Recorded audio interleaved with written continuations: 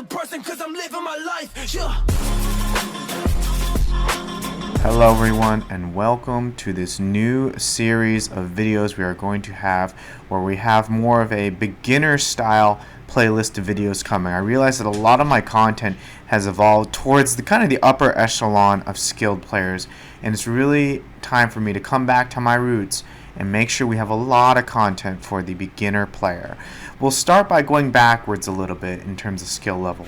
We'll start with how to play and how to begin in competitions. And as I've mentioned in a previous how to join competition video, the best competition to join for a beginner player is CClass League, because it has tiers that are even meant for those introductory level players. A lot of the higher level competitions now, or most of honestly all the other competitions now, are only really for the highest level of players. But now with CClass you have beginner level tiers. There's no reason to not play in these leagues now, and so this video is going to be different than the others. This one's going to be a straightforward walkthrough from my view on what is going on in my mind, and with a step-by-step auditory guide on how to play competition. So this is going to be a long video, just heads up. Put it on while you're sleeping or taking a shower or driving in a car or something. But listen, because these tips will really be applicable for not just beginner competition players, all right? So, or just people who are new. This is good for really even the mid-level competition player as well, all right? And this video is from clips where me and Dragon were a duo in the last day of CClass competition, so everything was heated to get those prizes, and we ended up winning the lobby and getting second overall in the league at the highest level competition and getting our prize that we wanted. All right, so with that, let's get right to it. All right, step one, the platform and the decision whether hot drop or pod. This decision really will depend on your strength compared to the rest of the lobby. Do you feel like you outgun the other teams in the lobby? You are the alpha team. If you are, take the drop, particularly if it's on a place with good loot. So the drop will depend on your skill and also whether you have good loot under you. Like, you're going to have the resources to fight the other team and win, assuming slightly less skill that they have versus your team. Alright, now that we're in the pod, there's a couple things to consider. First, you have to consider and watch where everyone else is dropping on the map. If you want to be aggressive, and you should be in CClass, because CClass favors kills versus placement points, as in placing like first to third. It's more important to get kills than really worrying about whether you get first place or not. You want to drop in somewhere safe, obviously, but also on the outside of the other teams. What do I mean by that? If you see here, I am on the outside. Our team is on the far right, and that means all the other teams are inwards, as in we have a safe back. Right? Our backs are safe from any other team, so we know that we can just apply pressure on all the other teams without really having to worry about getting third-partied. So it's really important. So I know, for example, on the map that there's no team at Cemetery, so we have an easy into Defiance, and we can put pressure on all those other teams safely. So again, you have to understand where the teams are, map awareness.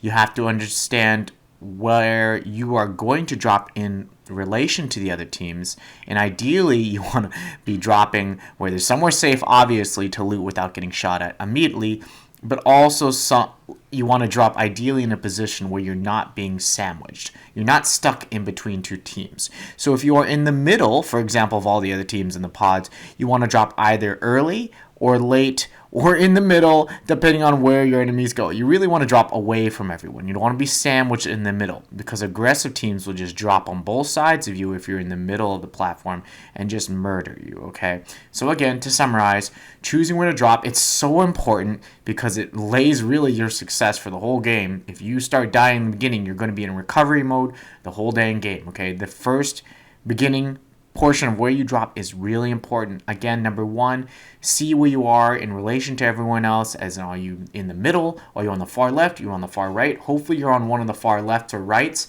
and make sure you drop somewhere where your back will be clean. Now, as soon as you drop, it's really important to pick up anything, particularly a long-range weapon. This is where the CX4 comes in handy, and do your best to get as much damage on the enemy as possible. Damage is worth points in C-class competition. Even a low amount of damage. Don't quote me on the number because that could change, and I want this video to be, long-lasting. But damage is points, so you really want to input as much damage as possible. And sure, if you get a kill, that's great, but just take shots. Even if you don't think you're going to hit, just do what you can, particularly if you're safe, right? Every little damage adds up. So the first thing you do as soon as you drop, pick up a weapon, scout the skies for those droppers, get some damage, and make sure you are safe, okay? Early aggression is key. Okay, so after you've figured out the drop and everything's settled down, maybe you've killed someone, maybe you haven't, the next thing to do is focus on the first zone. The first zone really tells you where you should be moving and what you can get away with. What do I mean by that? Well, if you see on this image or this clip, the zone is going to close towards Metropolis. So if we charge those teams that I was shooting at before, we will end up at the white zone corner, which ends in Plains and the tower. And that's really not a place I like to be trapped, particularly when pin drops are such a thing. And so yes, while we might push that way and get some kills, we know that it's riskier. First off, we're going to have to fight multiple teams. We know everyone's going to be cluttered there because of how everyone potted out. That's why we took that initial assessment. So what we decided to do, instead of risk it, particularly since we know we are a squad of 2, we're going to go for the safer approach, which is just go towards the zone instead of being, going straight at the enemy teams, and just make sure we have some zone. It's so much easier to hold teams against the zone than it is to wipe everyone and then get back to zone against a team who's just sitting there waiting for you and has a load of loot and is nice and healthy to fight you, okay, and who's ready. So we know we are outgunned because there's only 2 of us. So if you are a stack of 3 and you know you are outgunned because there is a couple stronger teams than you, play the safer route. It might be a good idea. Get to that zone, establish dominance in the places that you want ahead of time versus having to fight and struggle to claim those places and hold them second, right? So we're going towards Defiance to hold right here, and we're making sure we load up really good. At this stage of the game, I typically like to, or at least I hope, to get around 90 build before I start a fight. Usually what happens in competition is when the first fight breaks out, it's very hard to loot unless you kill someone, because once one team fight starts, all the other teams come flocking by for a hardcore fight. So it ends up being a 3rd, 4th, 5th party sometimes. So before you get into a serious fight, try to make sure you're ready, right? I like a lot of build. If you know how to use your build before you die, and that's one thing we always talk about on this channel, you want to use all your build before you die, all right? Always, if possible. Now, as a duo, it's very important for us to play out of the box. And what do I mean by that? Everyone's expecting us to get in their face with, our weapons and just fight them head on. That's what everyone, anticipates, and that's what everyone does. But you want to play outside of the box. Don't play into your enemy's hands. Play what they will not expect. And as a duo, it's really best to do that, particularly since you're outgunned. But if you are the weaker team in the lobby, it's always best to do that. Do things that they don't expect. For example, a pin drop like this. We have one person delaying them, and I'm flying in the air. I'm able to communicate where all the other teams are. Now I see one team at Cemetery. And so it's really nice to play different plays that not everyone anticipates. You've probably been getting into a habit while playing competition, doing the same thing over and over. Well, if it doesn't work over and over, do something different. Here's something different. We have one person distract while the other one pin drops. Now it's a 2v2 on that enemy team. We know it. They know it. We know we're the higher skilled players, so they're not going to come out and just charge us here. And that is how you play, particularly every fight. So what you're going to do is you're going to play very carefully, and once you down one enemy, the game's changed. Whether you have a stack of 3 or a stack of 2, you just have to play careful enough in the beginning until you down one enemy. And if you down that one enemy and you still have a team of 3 or a team of 2 here, then you just play the same way and squeeze them slowly with your 3 pill versus 2. Usually, when it's the 3v2, the team of 3 always wins, assuming equivalent skill, right? Now, here's a tip, and you see my friend Dragon going down there. Camp is a legitimate thing. If you are in the zone, camp, don't make a sound, because competition players are so reliant on sound, all right? And it worked against us even. We forgot about them, sort of, and we're just like, dang it, right? We had so much going on. So now here's the thing. You saw me run immediately, right? Why? Because I know it's a 2v1 now, and I know there's a lot of other teams still up, and it's just me, so I'm trying to get somewhere, hopefully, that's safe so I can res my teammate, all right? This is going to happen a lot. You're going to die, one of you is going to die, or two of you are going to die, and you're going to have to say, okay, should I run or should I fight?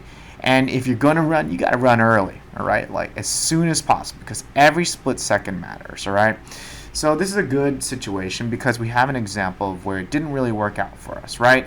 Now we're in recovery mode, and this is going to happen a lot. In recovery mode, usually you have one person down, and you're going to have to loot up again, and that takes a lot of time. That usually takes about 2 minutes to get fully looted for your whole team. And so now when you're in recovery mode, the mindset changes, all right? From aggression to now, okay, we just got to survive, right? And now we're going to play hard cover here, trying to be sneaky. Now, one thing you should not do is take a duel, all right? That's what I did there. What do I mean by that? Particularly if you're outgunned. Like, we know it's a 2v3. I try to take a 1v1 face-to-face standing in open ground. You never, ever want to do that, all right? Even if you feel like you have the gun advantage. I had a DT there, right? And I still lost. I missed a shot.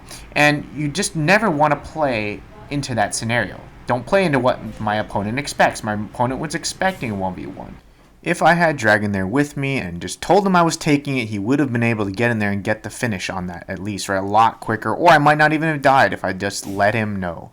Don't take 1v1s in competition unless you're certain you're going to get the kill, all right? Because it's just not worth it to go down. It really puts your team at a substantial disadvantage. It puts your whole team into recovery mode, not just you. Just remember that. So now we're just playing survival mode, and I don't like being in survival mode. We just have to get into zone, fight our way in, and then it's anyone's game, all right? Now it's up to chance. Is the zone going to work with this?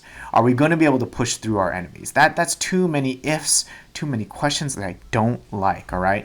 But we just have to do it, all right? And we're getting held by 3 teams here, 1 on each side and 1 in the zone already. So it's absolutely horrendous situation. The only thing we have to do is work around to the zone. Don't push straight at them. That's not going to work, particularly when we're outgunned. It's 2v3, 2v3, v3, v3.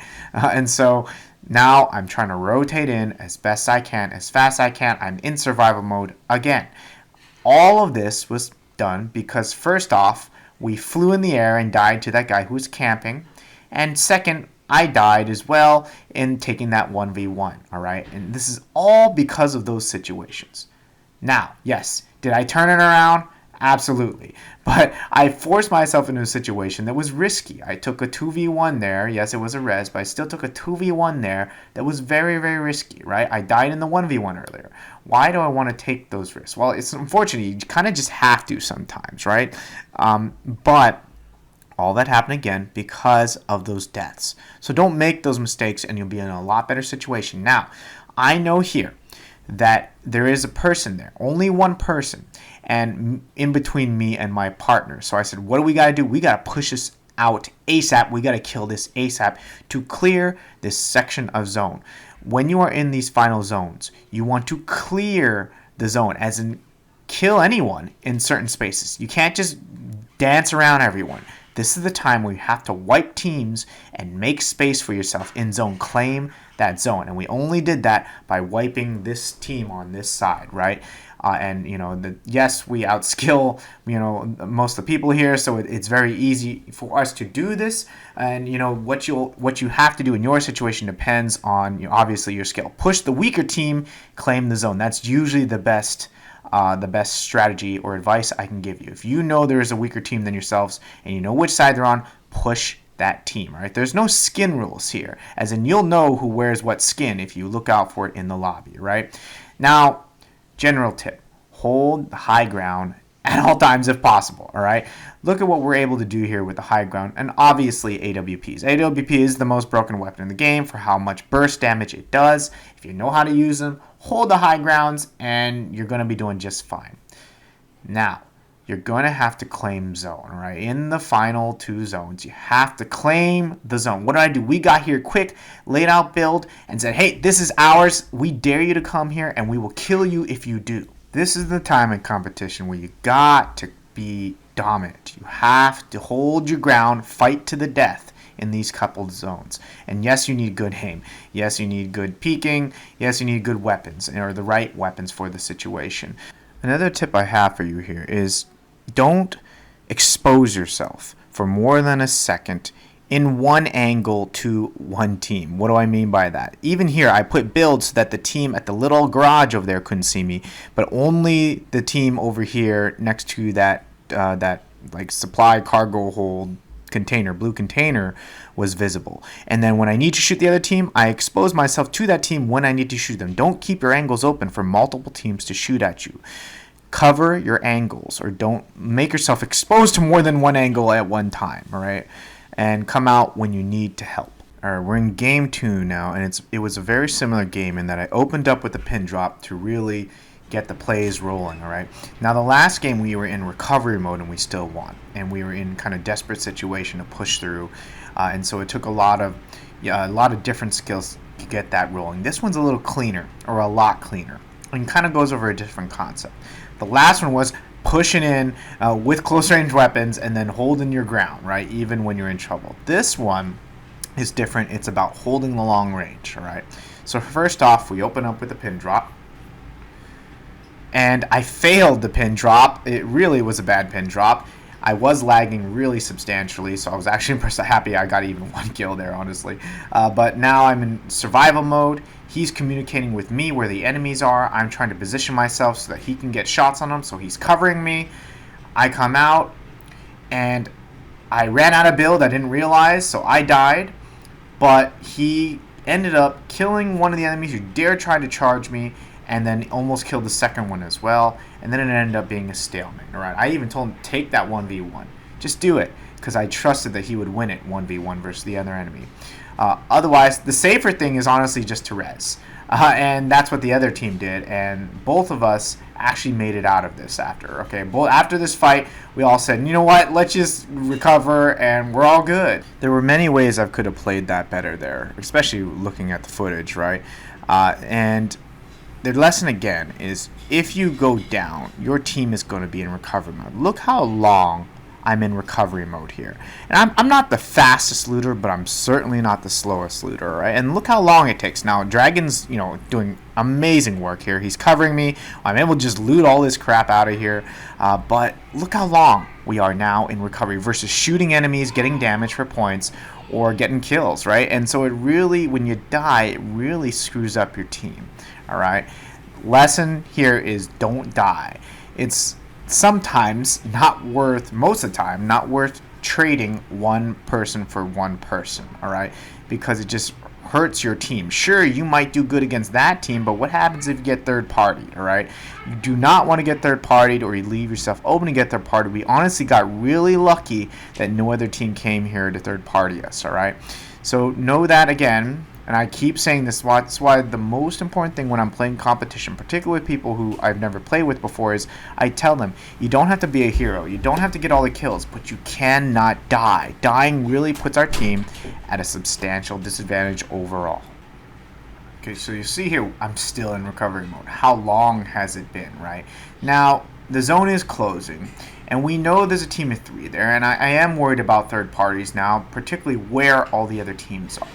Map awareness is such a big thing. My specialty is that I almost have like a third-party eye, or like a third eye that can just kind of tell when the enemies are getting close and kind of where they are on the map. And you develop this by playing over time, all right? And it just happens. You just get this skill. But I'm here to help you hopefully expedite that learning, all right? And so even though I'm tunnel vision focusing on these fights, in the back of my mind, I'm still focused on the other squads, and that's why I literally turned around there, took a peek at my map, all right? Very important. Do not forget what's going on around you. Do not tunnel vision. Focus on what you need to do as a team. And it's like, okay, sure, we might be able to get a kill if we hold them out or push them or wipe them, but why should we force ourselves to do that when we can easily just go claim a position, a zone that will allow us to get a lot of kills and, you know, potentially win the game here. Now, I knew that no one was here on this side of the map. Map awareness again. Why? Because we did not get third party.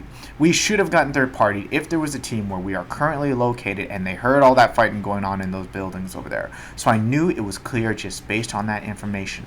Map awareness is key.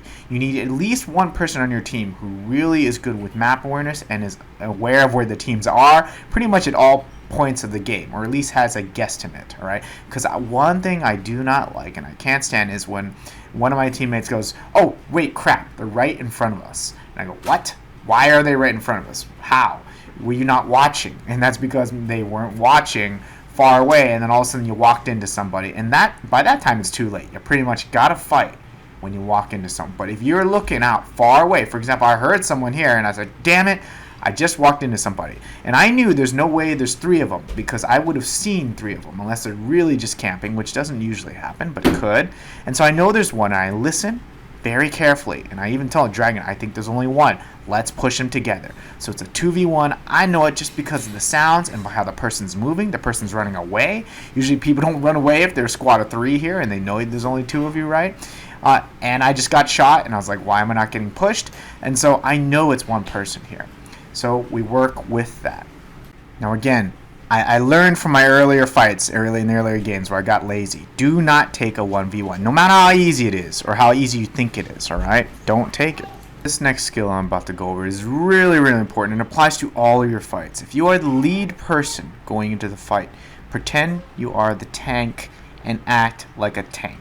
What does that mean? Like in a role-playing game, RPG, the tank goes and absorbs damage. Doesn't really put any damage out, but just absorbs the damage so the damage dealers are able to go in and do the damage, alright? Now in this clip, that started with me. I said, alright, don't charge him, let's not risk it. Go on me, I'm going to distract. I literally said I'm going to tank. And so I started building. I know he's on that wall because we could hear him. And I'm just trying to draw his attention or hopefully his fire. Now, the guy didn't quite fall for it. He went for my partner first. So while I started being the tank, then my partner ended up being the tank. And then my partner starts to just survive and build. Like, he messed up. And so my partner became the tank and I became the damage dealer. You see that? It might not be a perfect like tank and damage it. No, you're going to fluctuate roles when you go together. But one person leads with the tanking role, and then you might have to switch back and forth in an actual fight there. Forgive the baby in the background, but this is how all of your fights should start. Someone goes in, draws fire, you get angles, you get free damage on your enemy, right? A lead charger doesn't just charge into the building and get a kill. This is not public games where you can just do that and get away with it. No, people don't die fast here, okay? You gotta lead your way in. So now after we wiped that guy, we've essentially cleared this pocket of the zone, all right? And now what we're trying to do, I marked that right there because I said we can't let anyone get to that ping because then they'll have a good angle on us. So now the name of the game is to keep long-range pressure on them and shepherd them to where we want them to go. We don't want them going on that left wall. So I was like, we need to focus all fire on that little section so they are deterred from going that way and go towards construction. We want them towards construction. And where did they go? They started going construction, right? But you need good long-range pressure. That should include an op and definitely assault rifles of some kind, all right? You need pressure. If you don't have good long-range pressure, you shouldn't be playing competition because the name of the game is long-range more often than the close range by a long mile, all right? Long range far more important than the close range. The close range is very tricky these days, but long range, if you have good long range, you can essentially control the zone, control the map, all right? We were able to control this by just keeping our pressure up versus the enemy teams, all right? We have that kind of long range pressure. We've got ops. And there's only 2 of us, right? With 3, this would have been so much easier because the amount of pressure we're able to do is so much higher.